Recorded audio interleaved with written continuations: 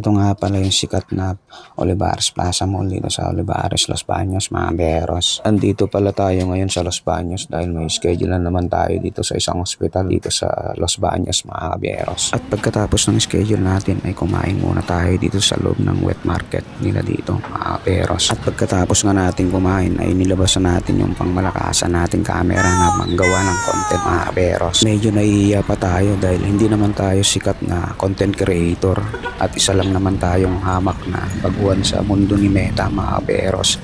At habang naglalakad nga tayo ay may nakapansin din sa atin. Akala ata sikat tayo na vlogger. Sir, kabiyeros sir. Kabiyeros. Mga pala si sir. Ano name nyo sir? Joshua. Joshua. Thank you sir, thank you. Ayun.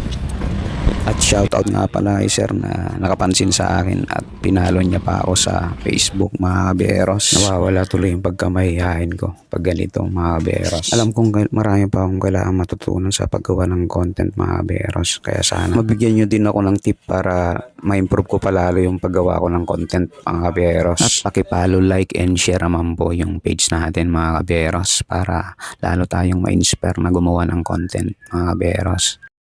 At hanggang dito na lang itong content ko, mga beros. Hanggang sa muli. God bless. Maraming salamat.